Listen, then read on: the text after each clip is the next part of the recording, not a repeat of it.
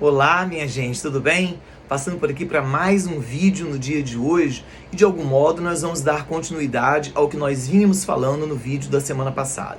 No vídeo da semana passada, a gente apontou para o fato de que o processo de transição da ditadura militar para a democracia no Brasil, para uma democracia, então, com voto direto para a presidência da República, só aconteceu ali praticamente em 1990, quando houve a eleição de Fernando Collor de Mello.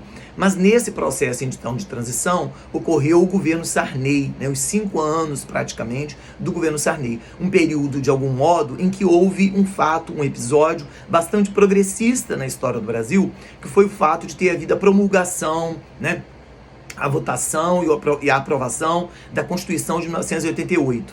Essa Constituição que eu cheguei a falar, que de algum modo foi o aspecto político mais relevante desse período Sarney, no sentido de restabelecer o formato democrático no Brasil. Mas aqui vale dizer que essa Constituição de 1988, foi uma Constituição que estabeleceu um modelo de presidencialismo que a gente chama de modelo presidencialista parlamentarizado. Isto porque, em que pese o fato de o presidente da República poder editar alguma medida provisória com força de lei no ato da sua edição, quaisquer medidas provisórias, para depois, no prazo de 60 dias ou até 90 dias, elas de fato entrarem em vigor, elas têm que ter aprovação do Congresso Nacional, elas têm que ser pautadas pelo presidente da Câmara, que hoje seria, por exemplo, o Arthur Lira. Então, de algum modo, o presidente do Brasil, ele acumula 2 cargos, porque ele é chefe de governo, porque ele é o chefe do país, ele é o homem que representa a governabilidade, mas ele é também chefe de Estado, ele representa o país perante as outras nações.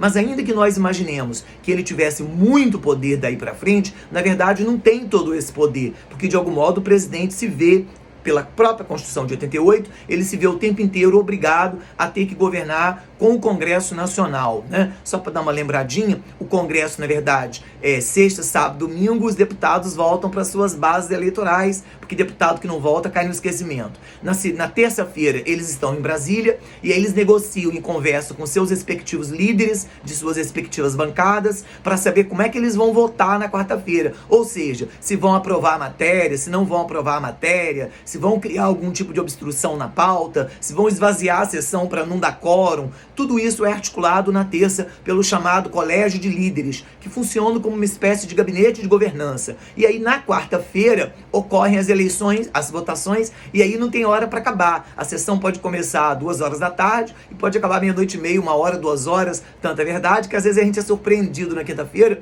por medidas que foram tomadas na madrugada de quarta para quinta. Na quinta termina-se alguma votação e na sexta os deputados voltam para as suas bases. Então o fato é que nesses dois dias e meio, de terça a quinta, tudo é decidido e o governo fica refém desse Congresso em grande medida. Não só o Congresso tem esse poder de governança e articulação sobre o governo, e não é uma governança qualquer, o Brasil é multipartidário, tem que fazer acordos e costuras políticas com inúmeros partidos. Nós aqui no Brasil não temos partidos grandes, mesmo partidos considerados de porte razoável, como é a mesma bancada do PL, a bancada do PT, ou a bancada hoje do PMDB, são partidos considerados médios, porque nós não temos aqui aquele modelo americano, que tem lá o Partido Democrata, o Partido Republicano, que controlam cada um praticamente quase 50% do Congresso Nacional. Aqui os partidos, quando muito, tem ali 28%, 31% do controle, o que é muita coisa no Brasil, e tem os partidos nanicos, que às vezes tem 1 deputado federal, 2 deputados federais, 1 senador, mas tem que negociar com eles também, porque um voto pode fazer a diferença.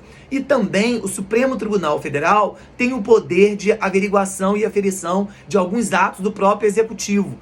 Do mesmo modo, o Ministério Público pode entrar em ação, alguma ação específica contra algum deputado federal, que ainda que goze de imunidade, pode responder por alguma coisa ainda judicialmente. Bom, a Constituição fez tudo isso, instituiu o voto do analfabeto, regulamentou algumas grandes questões relacionadas à saúde, a questão do SUS, por exemplo, foram avanços. Mas, economicamente, o país vivia o caos, como eu falei, ao longo do governo Sarney. E é nesse ambiente caótico, economicamente falando, dessa transição negociada, lenta, gradual, um tanto quanto arrastada, militares perdoados, mas a economia completamente caótica. 4 planos, gente, para lembrar: plano cruzado 1, cruzado 2, plano Bresser, e Plano Verão. E depois disso, é nesse contexto que houve o lançamento das candidaturas e a direita brasileira, os grupos mais conservadores, muito assustados com o crescimento de um partido de esquerda, que era especificamente já o Partido dos Trabalhadores, e o lançamento da candidatura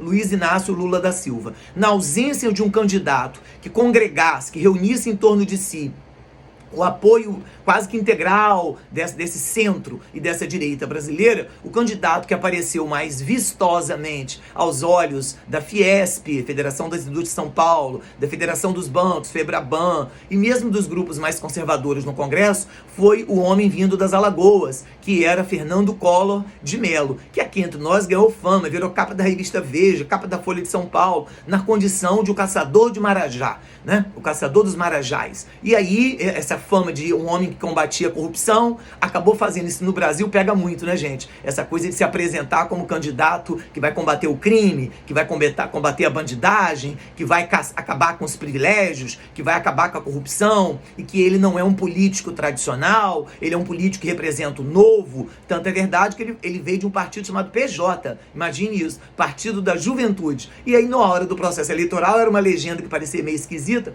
trocou de nome, virou PRN. Mas ele herdou e foi eleito porque teve um apoio de mídia, inclusive bastante grande, né? Teve um apoio dos aparatos políticos e ideológicos enorme aqui no Brasil, e foi a primeira derrota do então candidato Luiz Inácio Lula da Silva. O fato é que ele acaba sendo eleito, e eu vou discutir isso melhor num outro vídeo ainda mais avante, mas ele herda um país economicamente quebrado, e um país que acabou de passar por uma costura política muito delicada, que foi a Carta de 1988. Fato é que tão logo Fernando Collor de Mello toma posse, com todo esse discurso, né, de que combateria a corrupção, com esse discurso que ele ia acabar com privilégios, que ele iria acabar com as falcatruas do poder político, ele próprio se envolve numa série de escândalos, e economicamente o nome forte é o nome da Zélia Cardoso de Mello, né, a mulher forte da economia, que como uma das primeiras atitudes fez aquele confisco das poupanças de muita gente, de milhões de brasileiros, confiscou as poupanças para que o Estado pudesse fazer uso desse dinheiro para algum desenho de políticas públicas. Ora, minha gente, é uma apropriação compulsória do meu dinheiro, do seu dinheiro, do dinheiro do teu pai, do dinheiro do teu avô, do dinheiro